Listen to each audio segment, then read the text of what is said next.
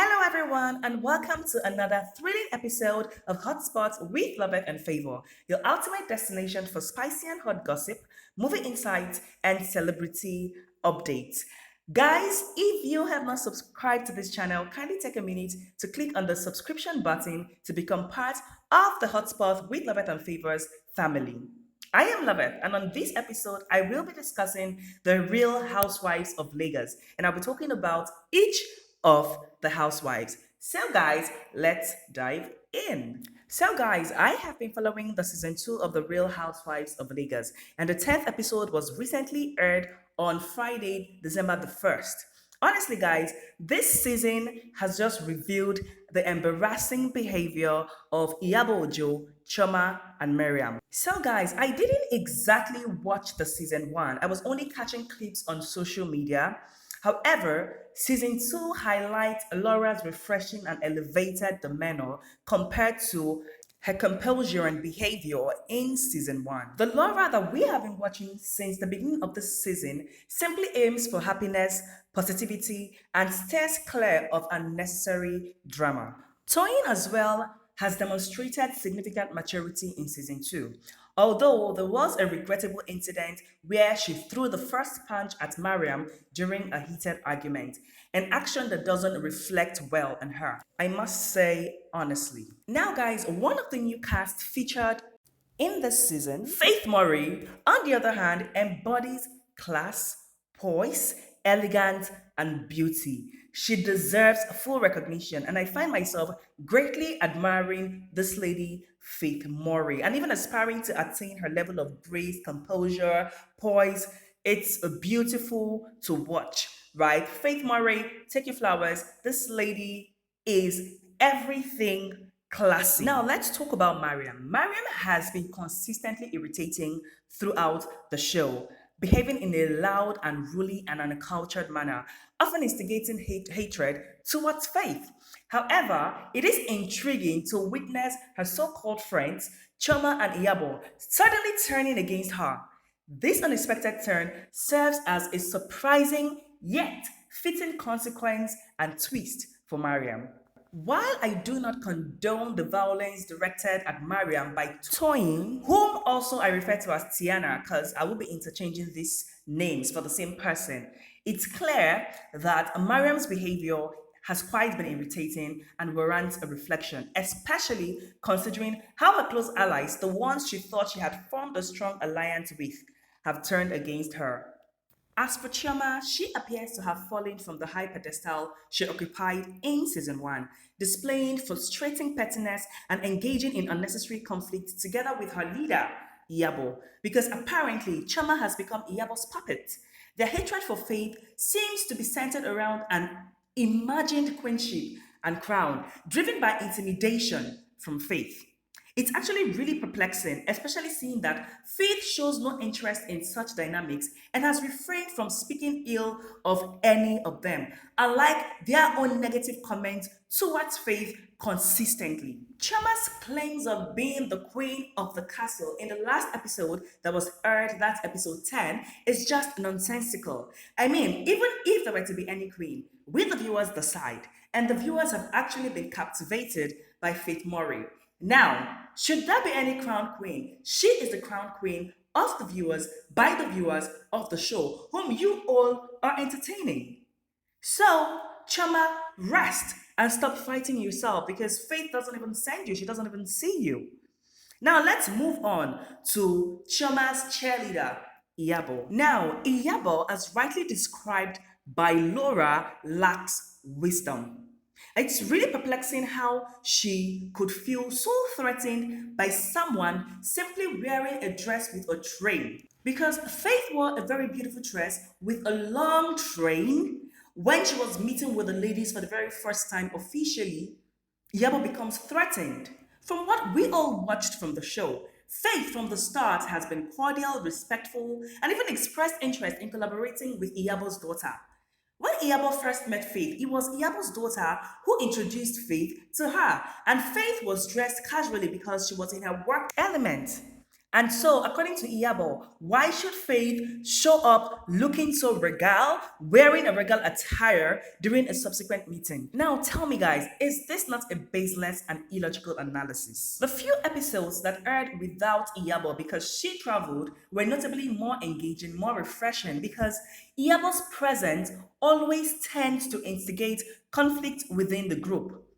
And Iyabo has negatively, like highly negatively influenced Chioma. Now, Iyabo's claims in Dr. Romel's office accusing Faith of wanting to snatch Chioma's crown and undermining Faith's beauty and intelligence compared to Chioma's were both baseless and inappropriate. I mean, guys, Iyabo's actions from intentionally stepping on Faith's train from the very first episode and asserting that Faith doesn't belong to the group, but Tania, the other new person, does.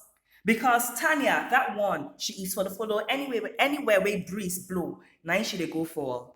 No stamina to stand on her own whatsoever. All of these unnecessary, harsh, mean statements and actions by Iyabo just showcases how whack Iyabo is, as well as a condescending bully.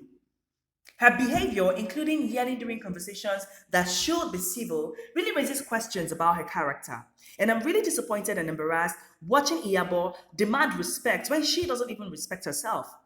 And to think I actually initially liked Iyabo for her advocacy against bullying and her funny TikTok videos, but her character on this show reveals her to be a bully herself.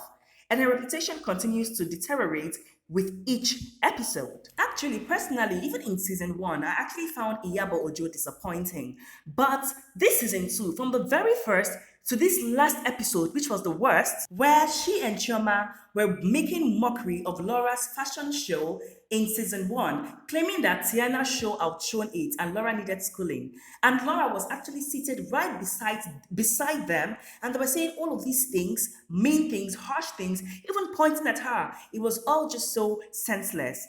And as a matter of fact, Iyabo's comparison of Laura's everyday wear fashion show to Toyin's high-end one, where the outfits are only suitable for special occasions, reflects that she even lacks understanding of fashion and its dynamics.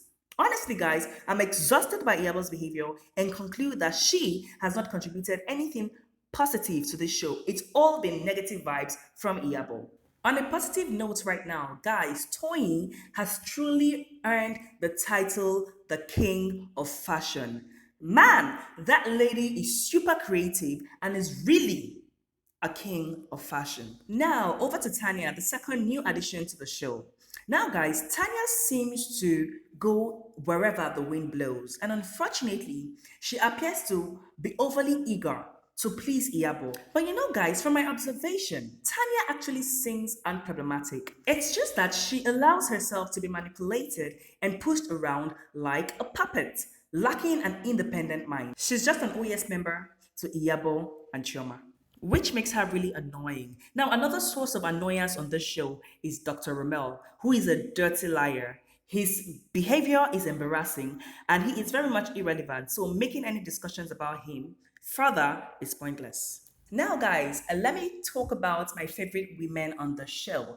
My first is the 6 feet Amazon goddess, Faith Morey. And guys, it's really intriguing to notice the overwhelming love and support for this lady on Twitter. The positive reception on Twitter indicates that Faith has consistently been a source of peace and delight.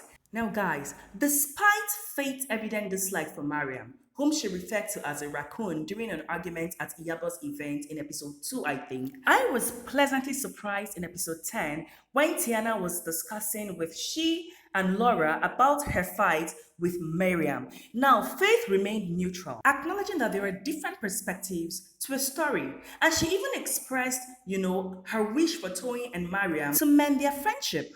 Now, this showcases a high level of maturity on Faith's part that actually really impressed me and impressed lots of people on social media. Now, guys, next on my list of favorites are Laura and Toyin. Guys, Laura's positivity stands out. She just wants to be happy, playful, joyful, and her positivity is so contagious. Now, Tiana as well also earns my admiration for her approach of wanting to understand people for who they truly are, not succumbing to gossip.